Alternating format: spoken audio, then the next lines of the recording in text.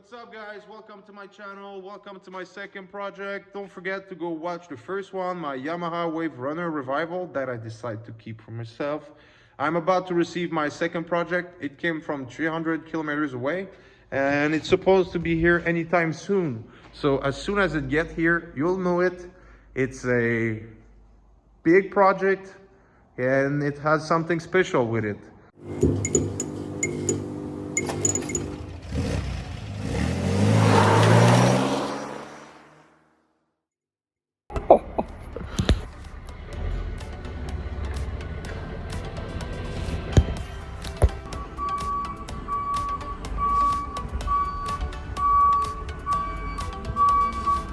And there it is.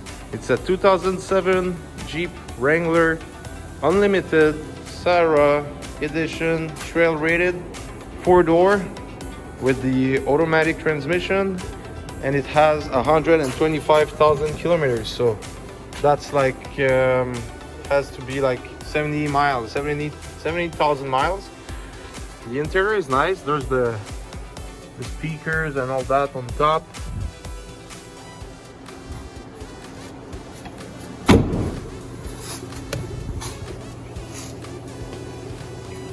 That's a box of bolts.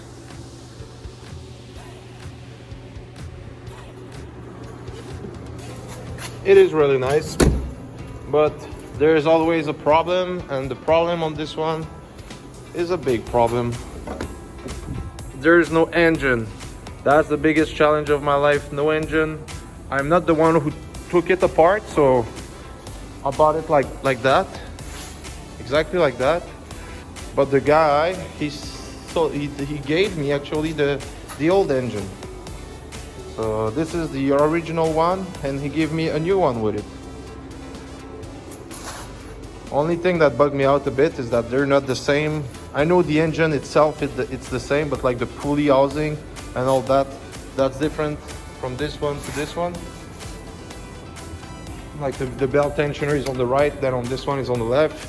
The oil filter is in the front, and on this one it's on the side. I don't know what that bolt is for.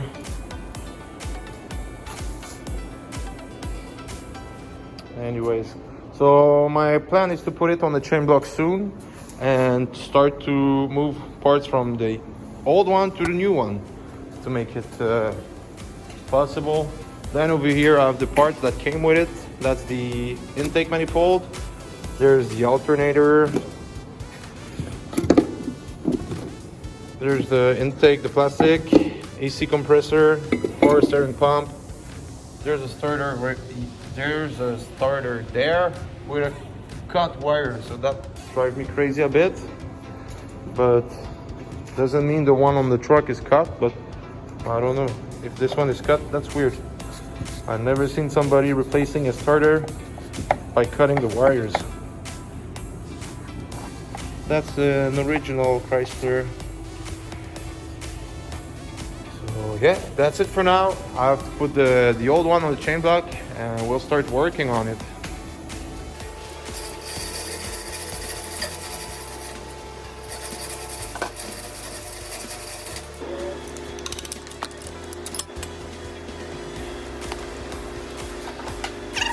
That was pretty easy.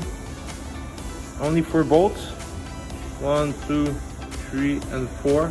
And those are 18 millimeters. So that was easy. Okay, so next step is to take off the whole engine there, the whole cover, because it ain't the same. So I'll start by removing that 13 millimeters there on the crank.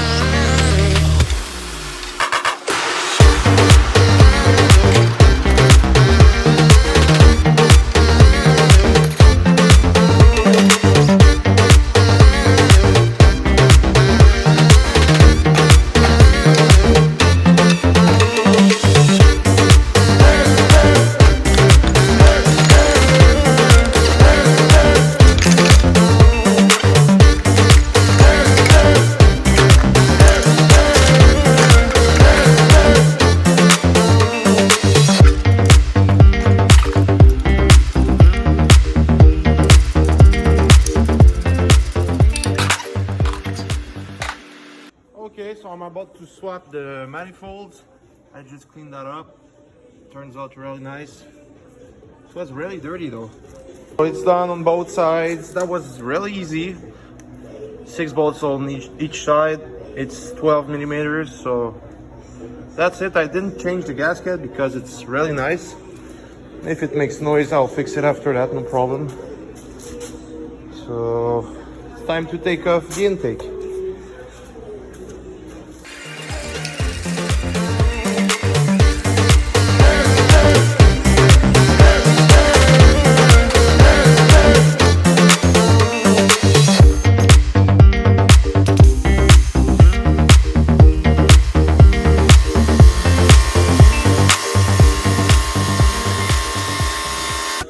So finally the intake is out. Didn't really took long. I just cleaned that up both sides so it looks good. I'll put back this one, this gasket, whatever. It's really nice. The other one was really dirty. So I'll put the nice one. And yeah, the whole thing about the intake is really simple. I'm surprised. Some people online say it's a pain in the ass, but for me it was perfect.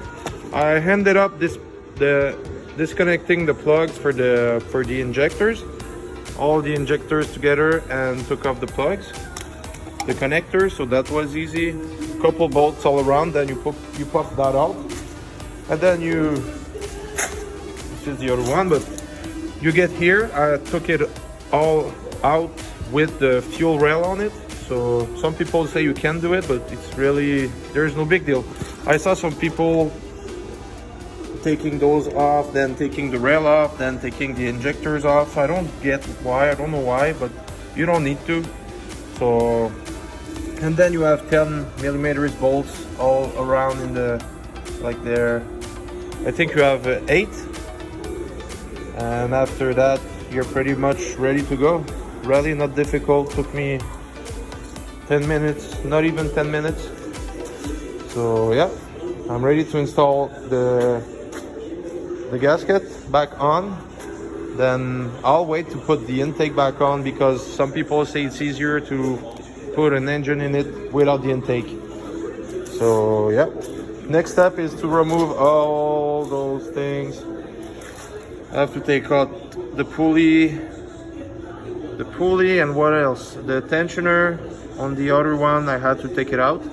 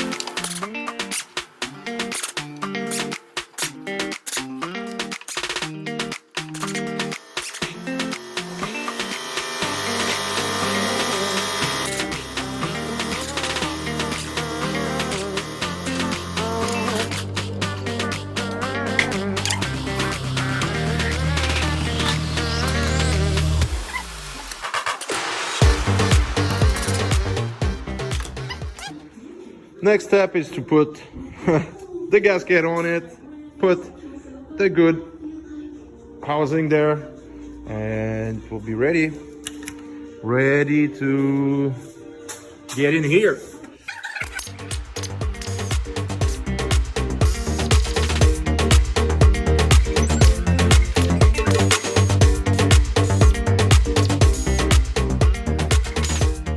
Pulleys are on, that's good. The seal of the crank is on. Every bolt is tight, so I have to put back the strainer for the oil and put back the oil pan with the gasket.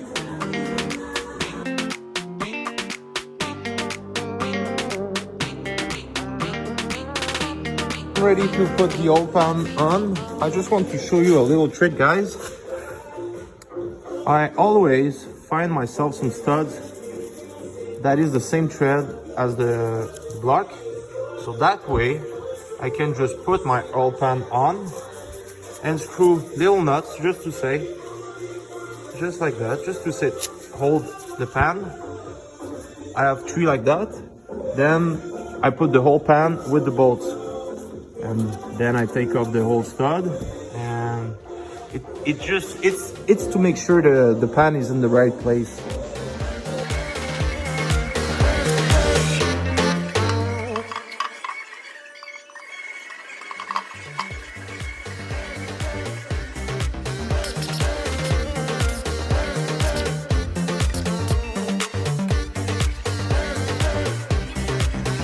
The oil pan is on. So it's time to put back the pulleys, the crank pulleys, the tensioner and all that. Then it will be done for moving parts and selling parts from the old to the new engine.